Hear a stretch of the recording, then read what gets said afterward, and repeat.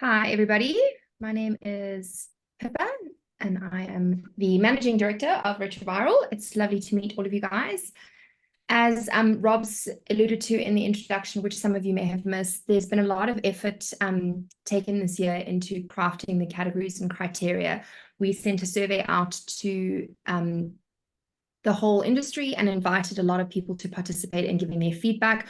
We also held a masterclass with a number of the previous jury chairs to really kind of interrogate the categories and criteria. And so what I'm going to do today is take you through the overview of the categories and criteria in general, and particularly point out any changes that were made that you might need to be aware of.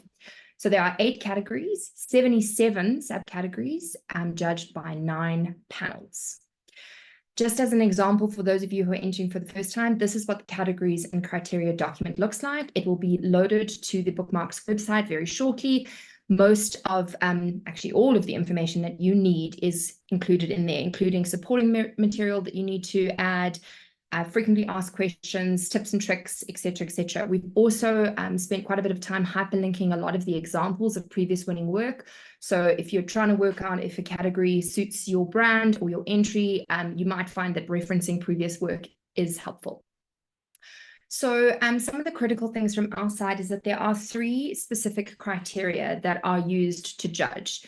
And this is how the judges are briefed. They vary in weighting depending on the categories, but they include creative excellence, innovation and technical accomplishment, and then meeting or exceeding those business goals and results. And, you know, the Bookmarks is a show that's committed to awarding work that has delivered results. And the majority of the categories include a 30% weighting on business goals and results. So you did see Alex shared the one pager that Cadbury shared for theirs. I do want to just really emphasize that that is not your one pager. It's an accompaniment to it. So your one pager summary is the beautiful one pager with the key visual that Alex has spoken about today. That is used to sell your entry, and it does need to be a JPEG, not a PDF. But the results document is separate to that. So if one of your criteria or categories you enter requires the business results, please ensure you have a separate one pager that articulates your business and campaign objective and then how you achieve that.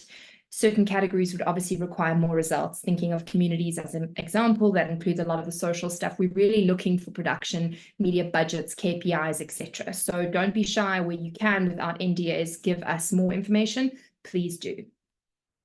Some other general rules is that finding the right category is an art. It's not a science. There are 77 subcategories.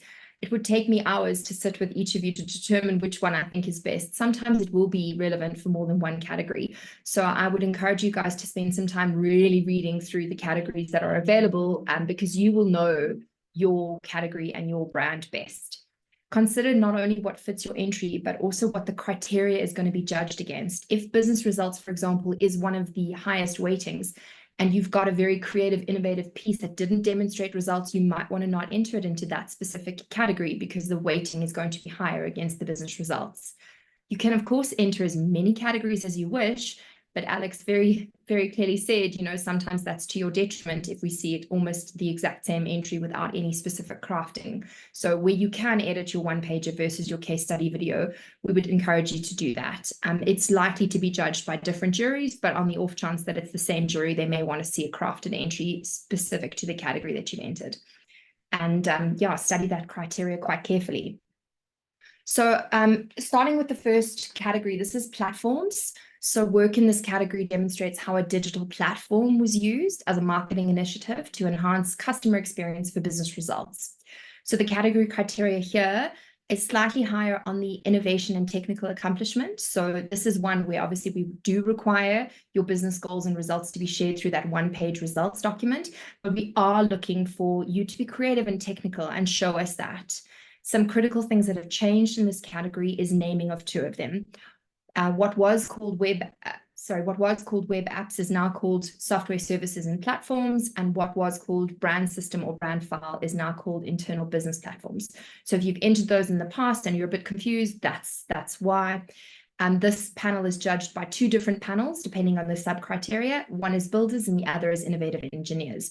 Just through the naming of the platform panels, you can work out here that this is very much an innovative and technical category to enter. You're looking at things like commercial and retail websites, apps, mobile sites, games, employee experience programs. We're looking at UX and customer experience, etc. So if you've built something, including a creation timeline of your build is certainly going to be quite relevant. Looking at communities, this is how a digital community was used as or built through a marketing initiative, through social campaigns or own social-based channels. The best campaigns here leverage the mechanics and consumer behavior inherent in social media platforms and online communities. Very important here is that a lot of discussion was had this year around the importance of the business goals and results in this category. So we have down-weighted the innovation and technical accomplishment from 30 to 20 and up-weighted the importance of your results from 30 to 40. So please ensure that you guys spend some time really providing us with those results that are tangible. You know, the 4,567% increase in followers is generally superfluous, you know, unless there was no paid behind that. So please consider really crafting your business goals and results document for this particular entry. This is judged by the social community and influencer panel. It's pretty obvious what goes in here. A lot of social communities, social campaigns, influencer marketing, social innovation, user-generated content, etc. The next one is channels. So work in this category is obviously how channels were now used as a marketing initiative. And we're really looking here at marketing investment and return on results. So the most important part of this one is actually those business goals and results at 40%. Whilst creative excellence and innovation are always critical and are included in every category, the business goals and results is highest in channels. This is judged by almost all the panels because it is so vast. It includes everything from paid and organic search, display and native, online video series, content marketing, digital video production, use of programmatic, CRM, etc., etc. So you can see that it's quite diverse. And because of that, we've really tried to find the specialists from within the different panels to be the judges. So this is judged by, as I said, there are quite a few of the panels. There's been a number of changes made in the channels subcategory. So please pay attention if you've entered before and you're looking for a specific one, it may have changed names. Innovative use of media is now innovative use of media planning.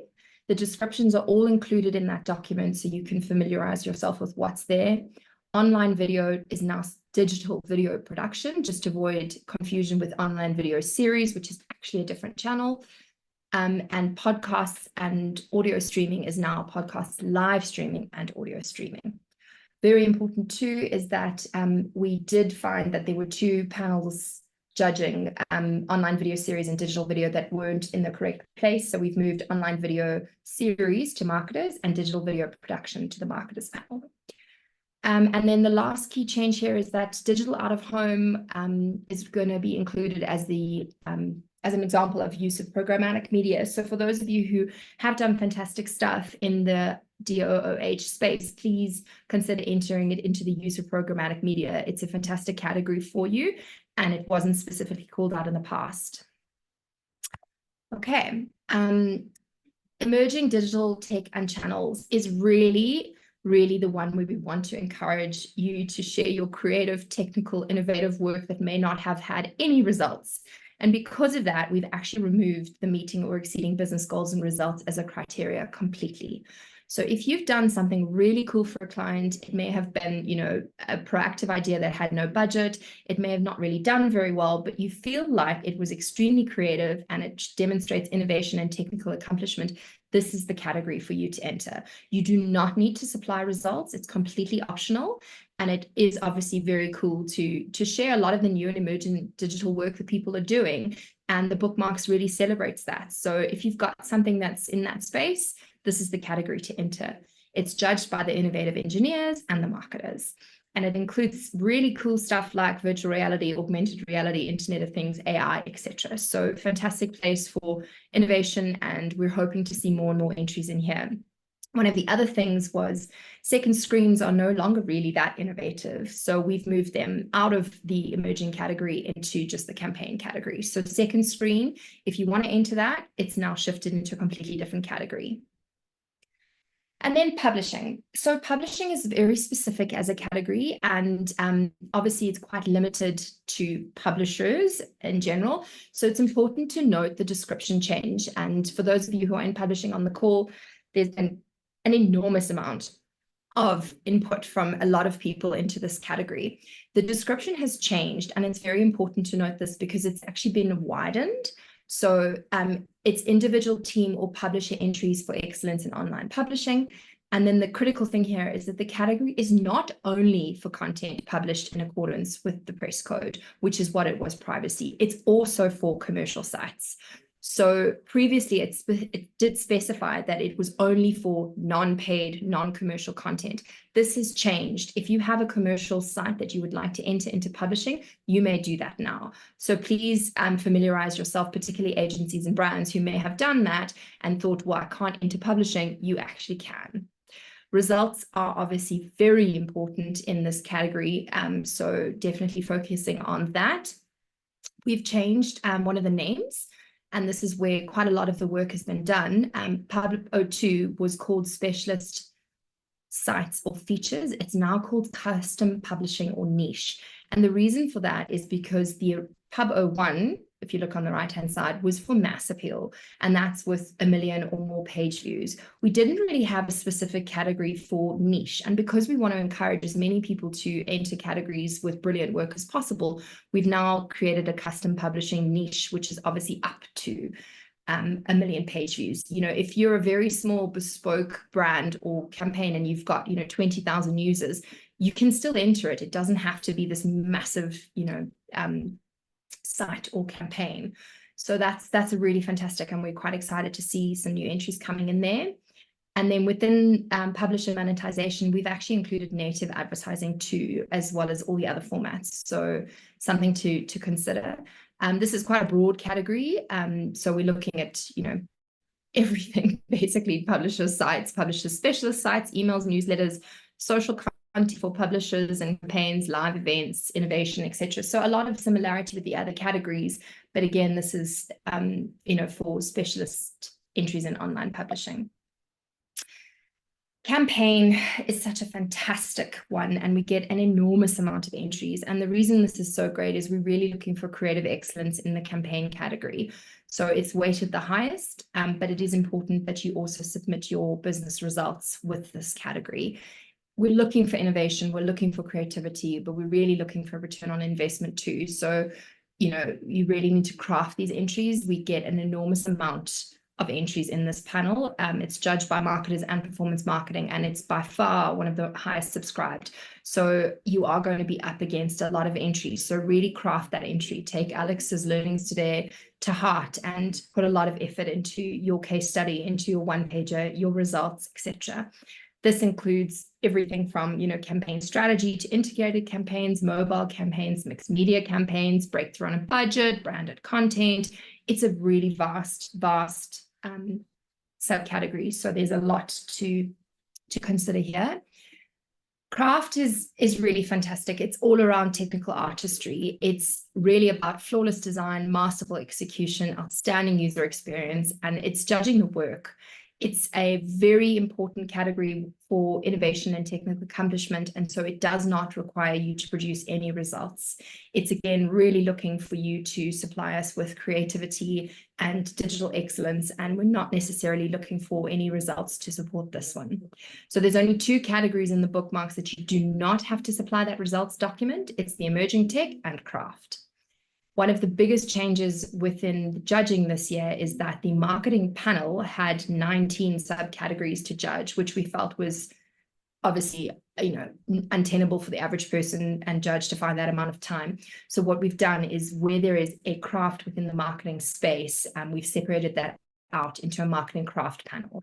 So the marketing panel has essentially been split into 2, marketing and then the marketing craft panel, who will be judging the craft entries specifically.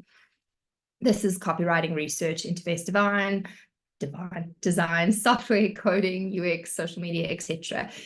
These entries really should be focused on crafting your story, because this is not about the business results. So this is where you really can show us your thinking and your strategy and your approach. And then special honors.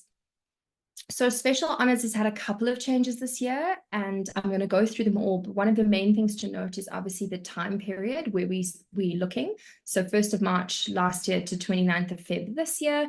It's got a number of categories celebrating individuals, but there are also ones for organizations. Some of these you can enter, but a lot of the special honors categories actually based on points. So just have a look through the category and criteria document to make sure you're comfortable with which ones need to be crafted. The first one in this section is the best digital student. We do get a lot of entries for this. Please encourage any of your grads that you've had in your agencies to enter this. It's a fantastic category. It puts them on the map, and it's a fantastic way for them to get exposed to the market. They ideally should include an entry video. Sometimes we don't get that. Highly encouraged, please, to do that. And it's judged by the Youth Action Panel. The Youth Action Panel also judges the Digital Rising Star Award, which has been renamed. It used to be called Digital Youngster. We've obviously felt that youngster, it was prior to that, up to 29 years old, was a little bit limiting. And we do think that in digital particularly, you really start finding your feet in sort of the late 20s, early 30s of your career, when you kind of starting to really get your grounding. So this has changed. It's now best person under 35, no longer 29. And you can obviously enter group work, but we're really looking for individual excellence here. Best marketer, this is where I really do look to most of you on the call who are from an agency side to nominate your clients or ask them to support themselves by putting themselves forward, because it's a really fantastic way to honor the individuals who really celebrate digital marketing. And I think that they are few and far between, and we would really like to try and award best marketer. We weren't able to we weren't able to recognize anyone last year, and we would really like to try and get more entries for best marketer. On 04, if you were counting with me, is now gone. That used to be best technologist. We have taken that out completely. It is no longer something that we will be recognizing, and that is largely because for the last 3 years we've had no applicants. So it clearly is something that doesn't really fit, and we've decided rather to focus on introducing 2 new categories, which I'll go through in a second, in the special honors panel. The next one is best contribution to transformation in the digital industry. It's an organization or person who's made the most convincing contribution to growing diversity in the digital industry. It's, again, a way for you guys to recognize someone in your team potentially, or someone from your client base who has really been a pioneer in transforming the digital industry. Pixel for Purpose is obviously the creme de la creme of many agencies' desires from a Bookmarks perspective. It's our main kind of glory Pixel for Purpose award.